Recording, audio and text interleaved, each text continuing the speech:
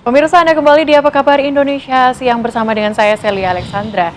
Kasus Hogi Minaya yang mencoba melindungi harta benda sang istri saat dijamret dua pelaku di Sleman, Yogyakarta masih menjadi perhatian publik.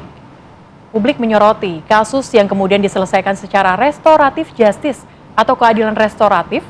Sejumlah pihak bahkan menilai kasus ini semestinya tidak diselesaikan dengan keadilan restoratif karena menempatkan Hogi tetap sebagai tersangka di mana ia juga masih dianggap melakukan kejahatan tersebut.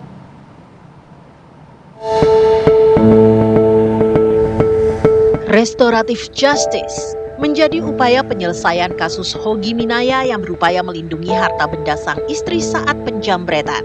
Restoratif justice atau keadilan restoratif memang seolah menjadi solusi yang baik. Tapi benarkah demikian?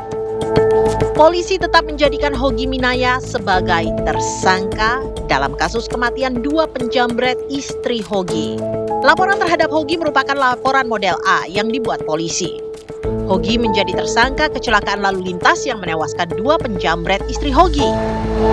Polisi mengakui memang ada unsur pembelaan diri Hogi dalam kasus ini. Namun, polisi mengkategorikan pembelaan diri Hogi sebagai not where access atau pembelaan terpaksa yang melampaui batas. Hal itu dikarenakan Hogi mengejar dua penjambret istrinya yang kabur menggunakan sepeda motor.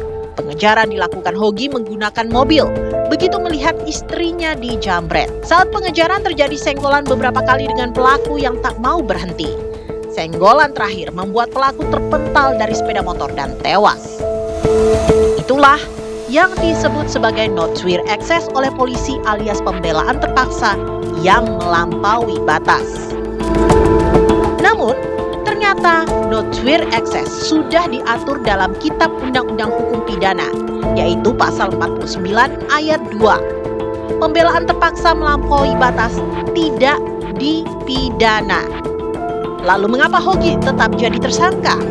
Meski pada akhirnya tidak ditahan, tapi sebagian kemerdekaan Hogi sebagai warga negara terampas dengan pemasangan gelang pelacak GPS. Polisi menyanggah memasang gelang tersebut pada kaki Hogi. Oh ya, jadi begini, yang beredar kan kita melakukan penahanan. Jadi selama proses penyidikan, ya, Satlantas Polresta Sleman tidak melakukan penahanan.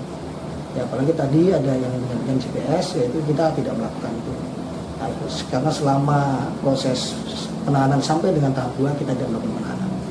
Untuk pengumpulan barang bukti ini yang ditemukan di lokasi kejadian, apa saja ini barang buktinya? Oh ya, jadi gini, penetapan tersangka ini berawal dari adanya keterangan ahli yang menyampaikan bahwa setelah melihat bukti-bukti dari CCTV yang ada, kemudian beliau amati, beliau pelajari, disitulah ditentukan bahwa perkara ini masuk not where access atau pembelaan yang tidak berimbang.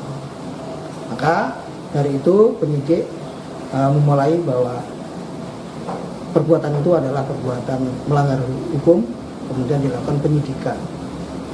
Penyidikan itu juga kita sudah menunggu proses mediasi yang kita lakukan, menawarkan kepada para pengacara masing-masing untuk atau pihak masing-masing untuk dilakukan mediasi dengan baik. Tapi karena tidak ada hasil titik temu, maka proses ini tetap dilanjutkan karena dari pihak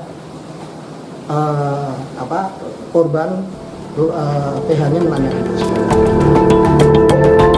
Lebih banyak pertanyaan ketimbang jawaban karena semestinya jika memang Hogi melakukan not where access atau pembelaan terpaksa melampaui batas dan hal itu dilindungi undang-undang, Hogi seharusnya tidak jadi tersangka dari awal.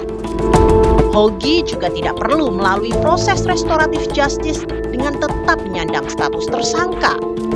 Tim TV One mengabarkan.